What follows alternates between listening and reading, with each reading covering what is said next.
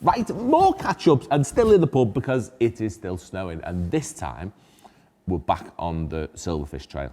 Yeah, I was on the Angling Trust. It was the Angling Trust qualifier up at Aston Park. So I'd been to Aston Park, I'm going to say 2 weeks previous. Yeah, about 2 weeks previous on the flyer one, where Fozzie had gave me a lesson off the next peg.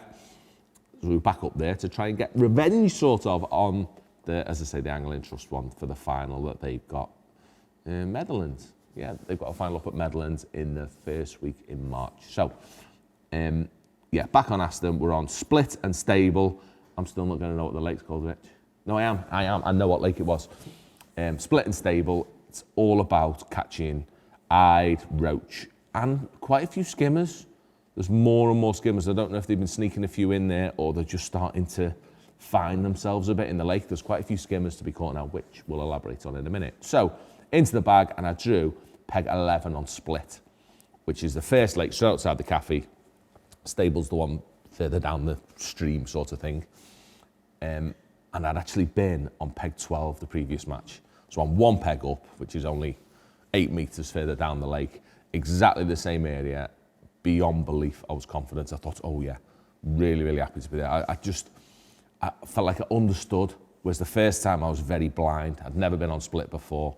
And you're not off the pace. Just like me last catch-up said, because of that, I had no chance of beating Fozzie that first time, because it's just the little things, isn't it, that make sure you're not on it. And I wasn't catching the right stamp early. And yeah, that's what it was about the first time, not catching the right stamp early in the match. So I planned on fixing that.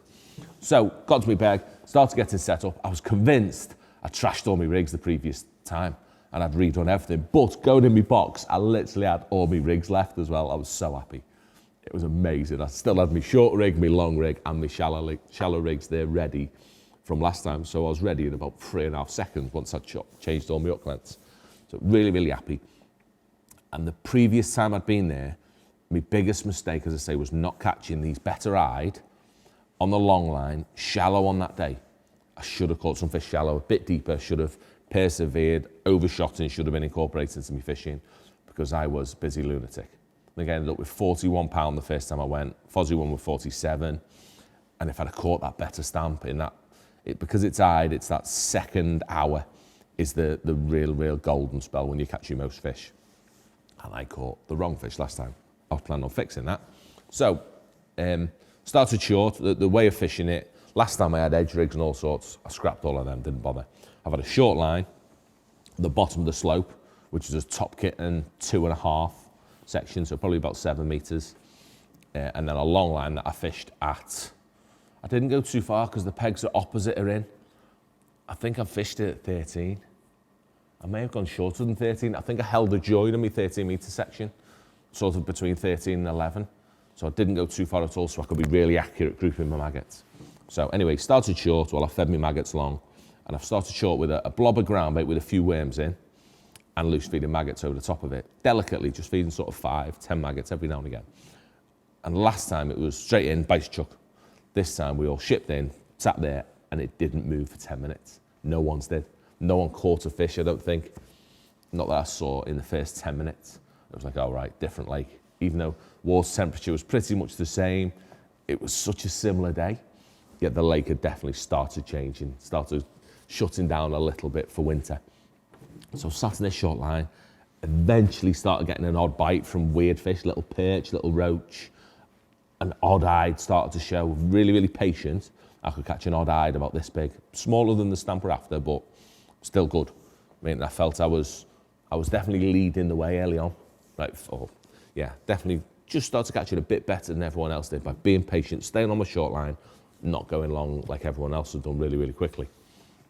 So I stayed there, caught an odd, and after 40 minutes, probably 45 minutes, I've gone long. And there's some fish out there. Caught a couple on bottom, and then immediately I've come shallow because I know I've got to try and catch these fish shallow. So I'm trying to catch sort of, there was nothing really shallow. I'm trying to catch sort of 14 inch to nearly 30 inch, I suppose. Like all that, I've had 2 or 3 rigs all the way through that. And I'm catching an odd fish. I'm catching an odd little roach. I'm catching an odd better eyed. When I overshot, I catch a better eyed. And I actually caught a chub as well, about £1, which was a nice little bonus. But there's nowhere near as many fish. I've got Sticky next to me on my left, who was next to me last time when he was on my right, and he's gone all out shallow because that's how he caught last time. And I'm noticing that he can't get a bite.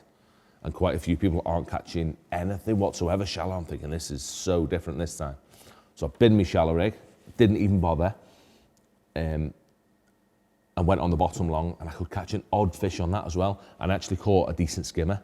I caught a 10-ounce skimmer on the bottom. I thought, that's different. And that was really early. That was probably an hour in.